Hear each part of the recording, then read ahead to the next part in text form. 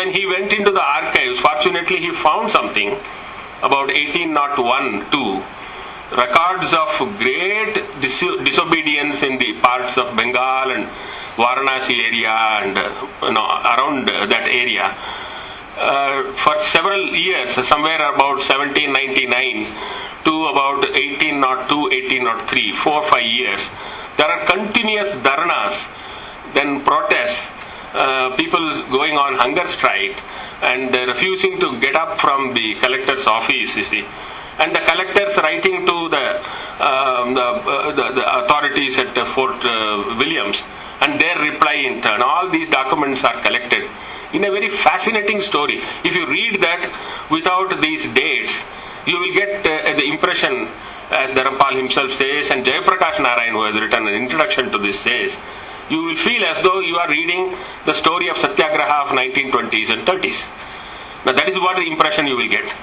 But actually this is 1801, a clear 100 years before Gandhi himself launched this Satyagraha. Now how could it happen? Now Dharampal's argument is that this is the tradition of India, that we refuse to accept a tyranny or an unjust order or a rule or whatever. And our way of protest is this. And this is seen in this area of Varanasi. I mean, the descriptions are so, fascinating if you read that. The way that collectors are writing, how these people are going. Now, Varanasi, for instance, the collector says, people of all communities have joined, have closed their shops and no business is being transacted.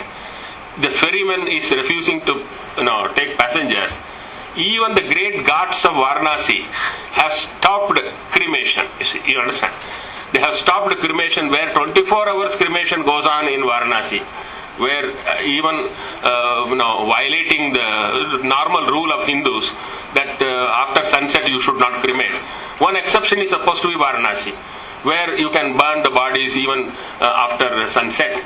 But there, it seems the reports that the collector is giving to the East India Company headquarters is the ghats have closed and people are refusing to burn bodies. Now this is a very serious matter. And he says some 30,000-40,000 people have assembled before my office.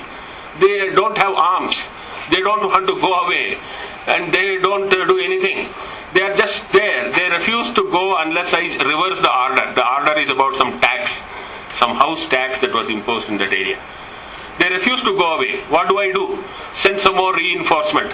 I'm scared. What will happen if they take to violence, etc.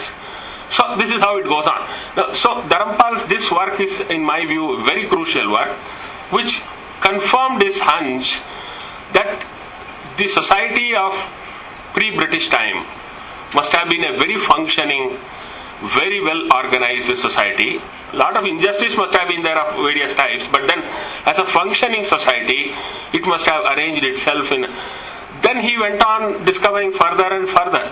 In 1981, he came up with that very famous work, Beautiful Tree, which is a record of the indigenous system of education in India.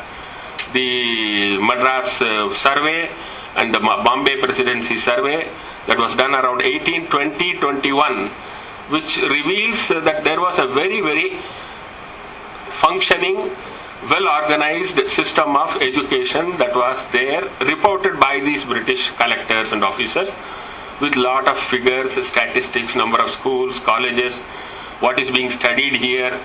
That's a very fascinating account. And a similar survey was done in Bengal around 1838 by William Adam, a Baptist missionary, who was summoned by the East India Company then to do this survey.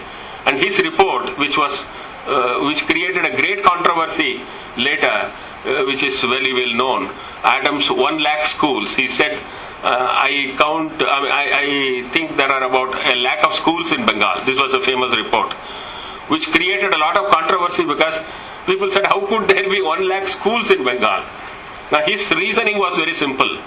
Adam writes in his report that I have travelled across the length and breadth of Bengal.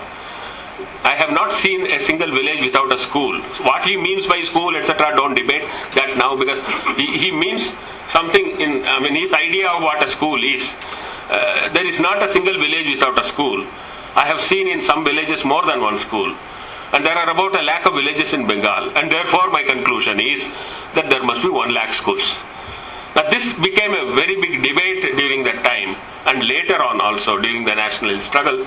Gandhi himself made a speech in London, the only time he went abroad after he came back from South Africa to India, to attend the Roundtable Conference.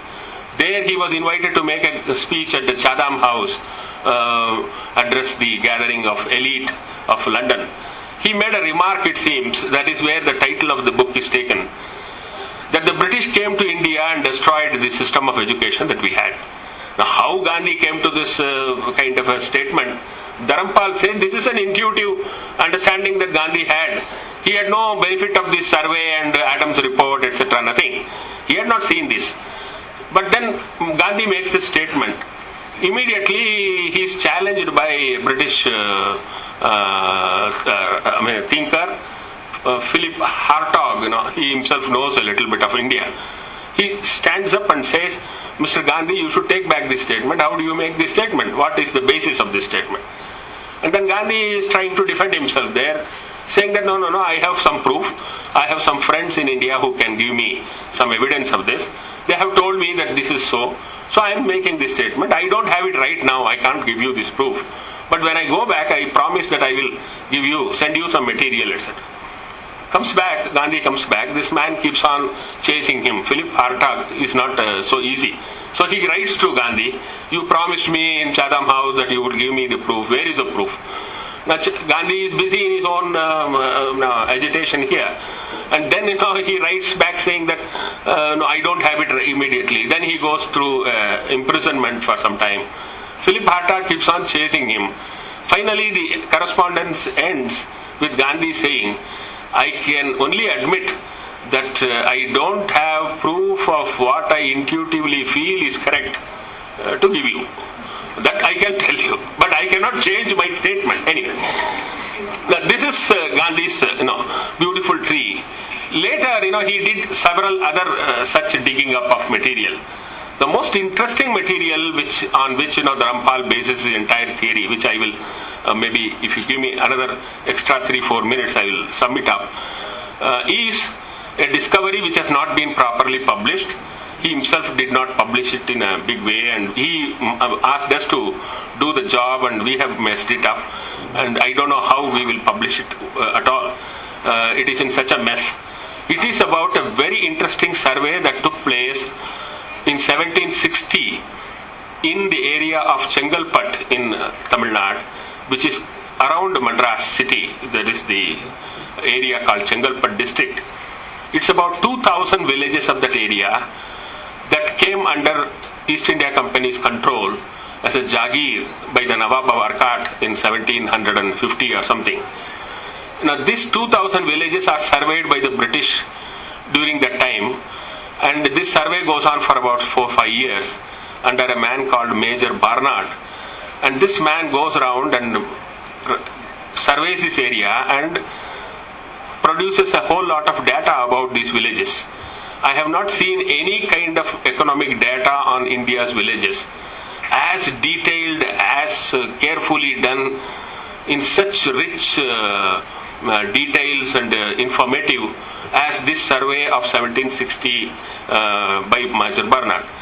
Each village has all the details of land, number of people there, the houses there, each dimension of each house, and what is grown there, cattle, goats, poultry, temples, small temples, big temples, graveyard, how many graveyards are there, to the north, to the south, this, that. It mentions even the names of each householder by community. This house of so-and-so, this house of so-and-so. This is the survey of 2,000 and odd villages of this area, and this contains such a wealth of information which Dharampal himself did not understand in the beginning. What is it all about? What is the information? It has a huge table-like statement in each page about a village, where a whole lot of categories of people are mentioned, and several columns are there where some grain allocations are given. We did not understand these figures. These notations are very funny, and we did not understand what this means. For some time we were struggling with this as to what does it at all ultimately means. Finally we came to understand that this is a grain allocation made out of the total produce of the village, that each village allocates to various functions and offices and individuals out of its total produce. And when we actually calculated the total produce and how much goes out of the village to various functions, outside the village, within the village, intra-village, outside the village, etc., it came to about 40% in the maximum. The minimum is about 28 to 30%. So about from 28% of the produce to about 40% of the produce is taken away by the village, each village in this area, for allocation to various functions.